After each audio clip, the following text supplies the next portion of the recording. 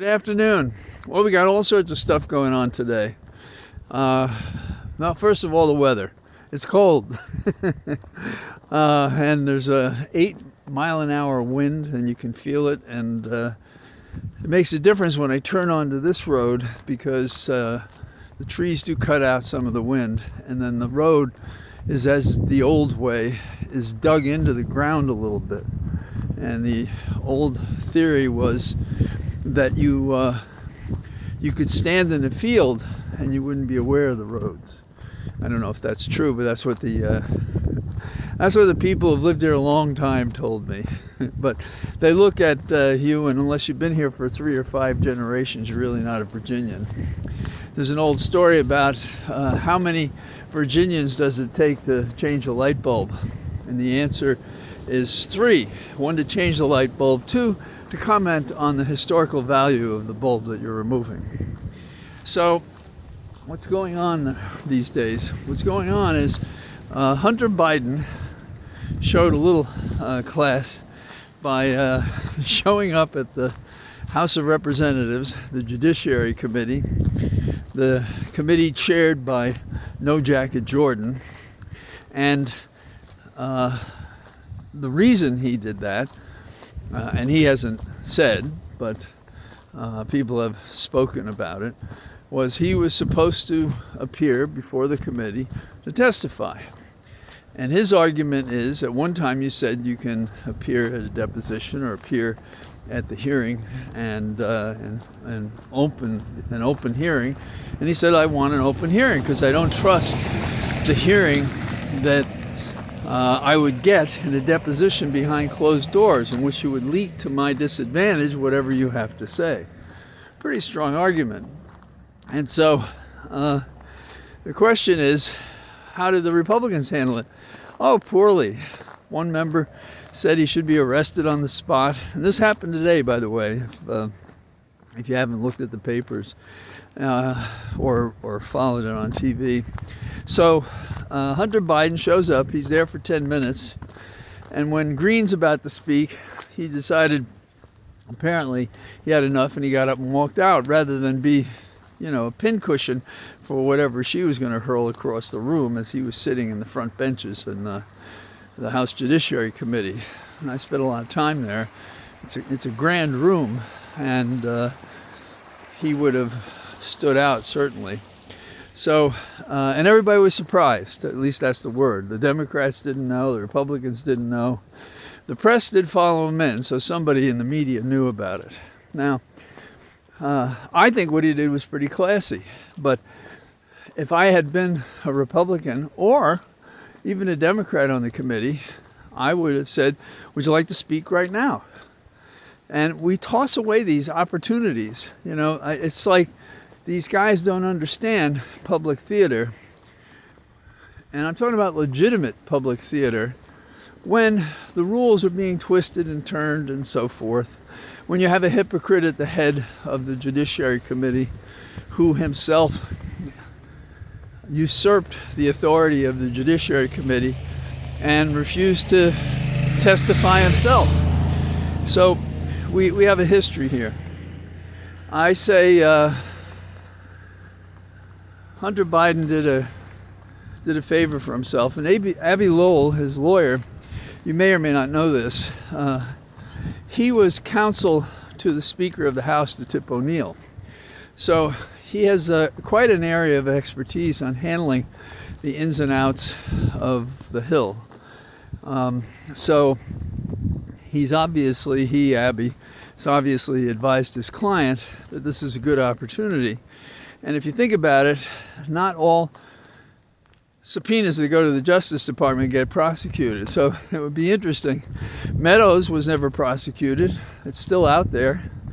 He was held in contempt by Congress, but our boy Sleepy Garland did nothing with Meadows. Is Garland going to show us that he's neutral by going after Hunter Biden? Interesting question. Stay tuned for that one. Now, we have another situation. I'm moving you back to New York for a few moments here.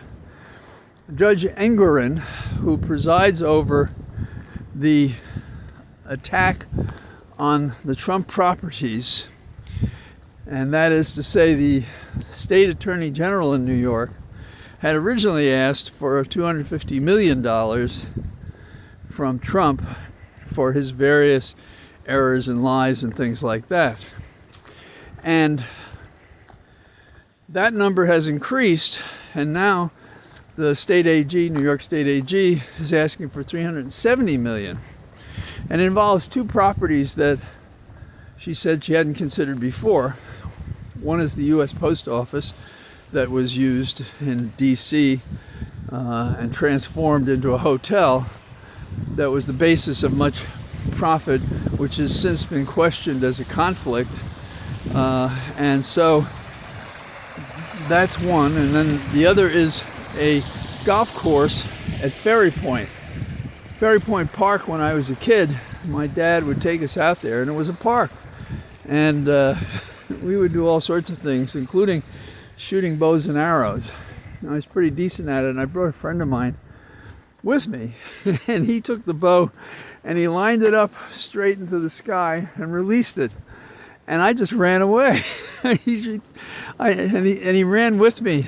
And he said, "Why?" I said, well, you know it's going to come down, don't you? I mean, you're going to stand right there. You're shooting the arrow straight up in the air, or you think you are. So now, what about Judge Engoron? He's done something I would not have done as a judge. But here's the distinction. There's no jury in the room. So the only person who's going to hear any presentation is going to be the judge and the public. So Trump has asked to have an opportunity to speak to the court and to sum up himself. Now, the normal objection to that is, well, he gets to speak having passed up the opportunity to testify and thereby have avoided the cross-examination he might have gotten as a witness on the stand. And instead, he speaks to the judge, no jury present, and says whatever he wants to. Well, the judge entertained it anyhow. And the judge said, "I'm considering it, but there are a couple of limitations. You have to talk only about the facts in the case and only about the law in the case, the way a lawyer might." Now, there is precedent in criminal cases with juries present for the defendant to speak. Now, the most sensational cases involving this are Clarence Darrow and Roy Cohn. Roy Cohn and Darrow both got acquittals as a result of their representation. And in each case, counsel wasn't available to testify, and so they made a legitimate argument. But in Trump's case, there's no argument that counsel isn't available. So he was asking for something that other people don't get.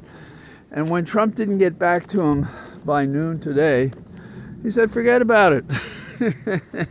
Forget about it. We're not going to do that. You're not going to have that opportunity. So tomorrow, Trump is on his own. Now, Trump, who is scandalously unable to ever do anything right, has circulated a birther claim against Nikki Haley that she wasn't born in the United States, and I think he's claiming that she was born in India, and so she can't run for the presidency, which is kind of ironic. You have a guy who has a disqualification because of the fact that he's an insurrectionist or supports it, and he's picking out a different disqualification, entirely fictitious. That is the way he works. Now, this evening we have the Nikki and Ron debate, the show in Iowa to end all shows, last debate before Iowa votes, and I expect might be interesting. I don't know. Of course, I'm a political obsessive, so you may have had enough of these people.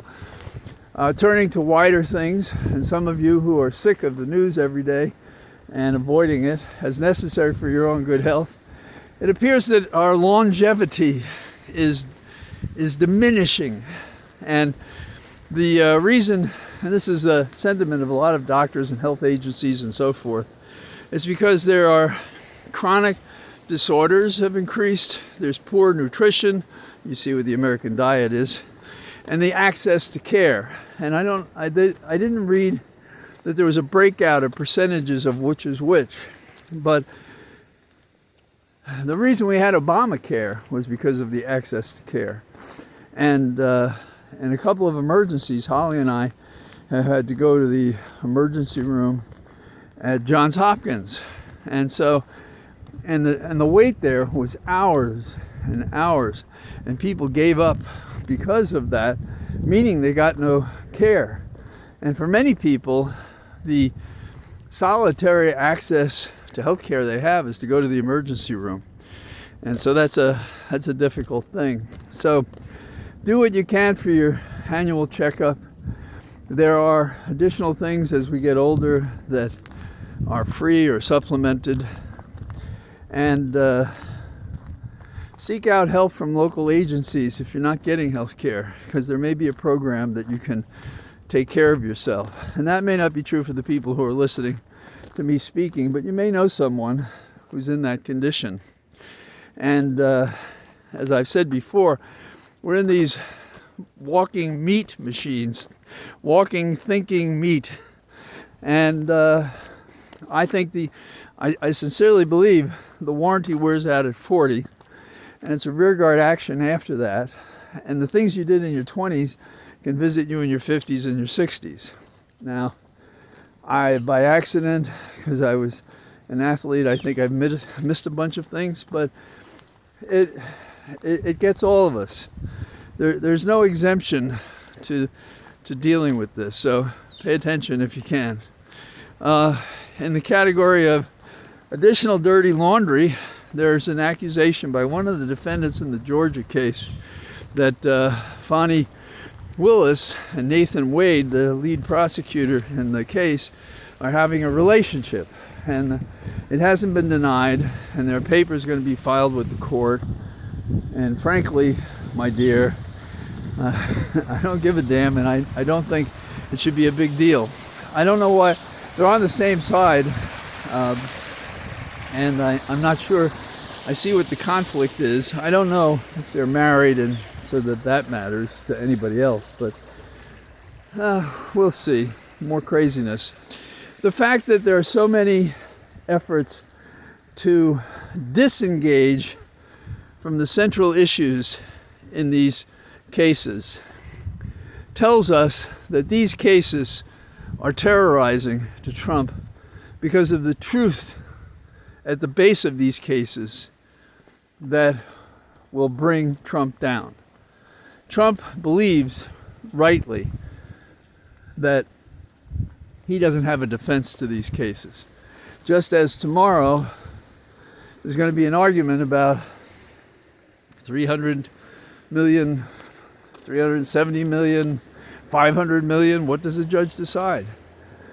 And the criminal cases, at least one is going to come out in time to try this bastard before the election. And it says something really sad about America, that even now there's not enough resistance to Trump. And why is that? One of that is because some members of the so-called media are not doing their jobs. And we point a finger at Fox right off the bat. And social media and elected officials. The lies are a sea of infested waters that bathe the American public in a false reality that becomes the basis upon which they make decisions. I have a master's in information science, and basically it teaches you to think and do research and so forth. But one of the things that they talk about in decision making in that kind of science, and an obvious one, is that it's like accounting practices, GIGO, garbage in, garbage out. If the information that you're looking at to make a decision is garbage, it can't be improved when you act and make a decision based on that information. A large part of America is there. Another part wants to believe this stuff, and we do have a cult problem.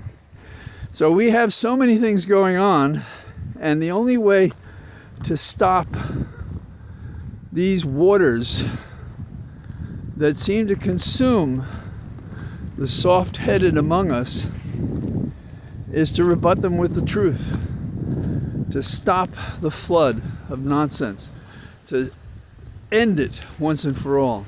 So that's what I'm thinking out here on the Chile Trail in the Cathedral of Trees. And so until tomorrow, depending upon how crazy the weather is tomorrow, I'll see you then. Bye-bye.